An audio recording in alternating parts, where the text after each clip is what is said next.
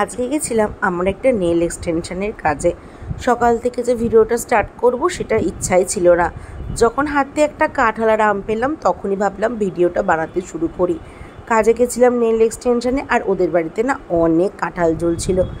আমি একবার বলাতেই একটা কাঁঠাল ছেড়ে দিয়েছিল আমাকে, কিন্তু জানো তো প্রথমে ভেবেছিলাম কাঁঠাল, পরে বাড়িতে এসে যখন কাটা হলো তখন দেখলাম এঁচোড়। মা না এর জন্য একটু একটু বকা দিয়েছে, কারণ বাবা এমনি একটা অলরেডি এঁচোড় দিয়েছে। যাক, কোনো ব্যাপার না, নেক্সট টাইম আবার নিশ্চয়ই কখনো না কখনো কাঁঠাল খাওয়া হবে। আর আমটা কিন্তু আমি নিজেই গাছ থেকে পেড়ে খেয়েছিলাম। আর তারপরে দেখো বাড়িতে এসে অনেক খিদে পেয়ে গিয়েছিলো। সেই সকাল 12টার সময় গেছিলাম, আর বাড়ি আস্তে আস্তে 5:30 6টা বেজে গেছিলো। আর জানো তো খুব গরম লাগছিলো।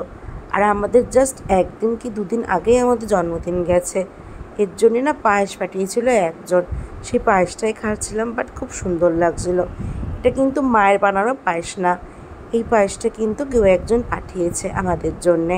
সত্যি কথা বলতে গেলে ভাল লাগছিলো, বেশ মোটামুটি খেতে। আর আমি বারোদল মেলা থেকে প্লেটটা কিনে এনেছিলাম, ওই প্লেটের মধ্যে ঢেলে খাচ্ছিলাম, তাই খাবার মজাটাই কিন্তু দ্বিগুণ হয়ে গেছিলো। আর এই চামচটাও বারোদল মেলা থেকে 10 টাকা দামে কিনে এনেছিলাম। খুব সুন্দর গোল্ডেন কালার দেখে এক ঝলক দেখে প্রেমে পড়ে গেছিলাম, এর জন্যই কিন্তু কিনে নিয়েছিলাম। আর সেদিনকে বাড়ি আসার পথে কিন্তু আরও একটা জিনিস কিনেছিলাম ঘন্টু আর গুড্ডির জন্যে। সেটা হলো এই খাঁচায় ভর্তি পাখিগুলো।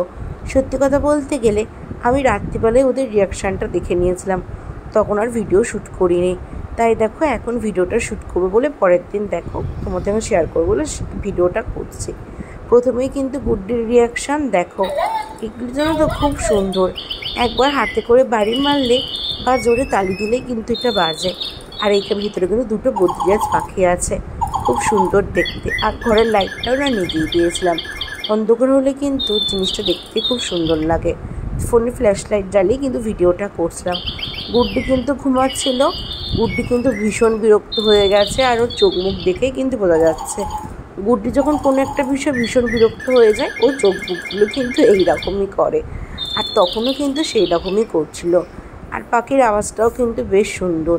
আমি কিন্তু উঠে পড়ছিল বলে আবার নিয়ে গেছিলাম ওর পাশে, আর ও কী করবে না করবে সত্যিই বুঝতে পারছিল না। আবার দেখো ঘুরে ওর জায়গায় শুয়ে পড়ছিল। এরকম করে কিন্তু বেশ খানিক্ষণ গুড্ডির পেছনে লাগলাম। আমি আর কিছু বলছি না, তোমরাই দেখে নাও গুড্ডির রিয়াকশানটা কেমন ছিল। দূর থেকে কিন্তু ঘুমিয়ে ঘুমিয়ে দেখছিল আমি পাখিটা নিয়ে ওর সাথে কী করছি। ও যেইখানে ঘুমায় এই যে আনমরির সাইডে, ওর ভেতরে কিন্তু আমি আবার ওকে দিয়ে দিয়েছিলাম যাতে ও কী করে এর দেখার জন্যে। এবার কিন্তু বেচারার মতো বাধ্য হয়ে কিন্তু পাখিটা দেখতে বাধ্যই হয়েছে। চুপ করে বসে বসে দেখছিল, আবার রাগ হয়ে গেছে, আবার দেখো জায়গা থেকে বেরিয়ে গেছে। গুড্ডিকে কিন্তু মোটামুটি বিরক্ত করা হয়ে গেছে আমার। এইবার কিন্তু ঘন্টুর টান। গুড্ডি তো কিছু বলে না, ও সাত কথাতেই ওর রওয়া নেই। ওর গায়েও যদি ওকে পাড়া দিয়ে দাও ও চুপ করে বসে থাকবে।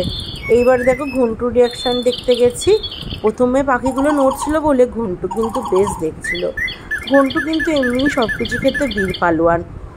ও এমন কোনো জিনিস নেই যেটাতেও ভয় পায় না, বরঞ্চ উল্টে তোমাকেও ভয় দেখিয়ে দেবে, সেইটুকু ক্ষমতা ঘন্টু রাখে। গুড্ডির মতো কিন্তু এত ভিতরাম না। ও কিন্তু চুপ করে প্রথম দেখছিল পাখিগুলো নড়া। তারপরে কিন্তু ও দেখলাম বেশ বিরক্ত হয়ে গেছে, তবুও কিন্তু উঠে দাঁড়িয়ে দেখছে। আবার কি মনে হয়েছে ঘরের বাইরে বেরিয়ে গেছে দেখতে দেখতে। আজকে কিন্তু এরকম করে অনেকক্ষণ ওদের পেছনে লাগছিলাম। সময়টাও কিন্তু বেশ ভালো কাটছিল, আর মনটাও কিন্তু অনেক দিন পর বেশ ফুরফুরে লাগছিল। তারপরে দেখেছো ঘন্টুর ওই স্টাইল ঘাড় দেখিয়ে পাখিগুলোর আওয়াজ শুনছিল। তারপরে দেখো উনিও কিন্তু ভীষণ বিরক্ত হয়ে গেছে, উনিও চলে গেছে ঘরের বাইরে বিরক্ত হয়ে। আমি কিন্তু ছেড়ে দেওয়ার পাত্রী নই, ঘন্টুকে আবার টেনে ধরে খাটে নিয়ে এসেছি দেখাবো বলে। ওর হাত ধরে ওকে দেখছিলাম ও কী করে। সত্যি কথা বলতে গেলে পাখিটা একবার দেখাতেই আমার ভীষণ পছন্দ হয়ে গেছে, তাই দেখো কিনে নিয়ে বাড়ি চলে এসেছি।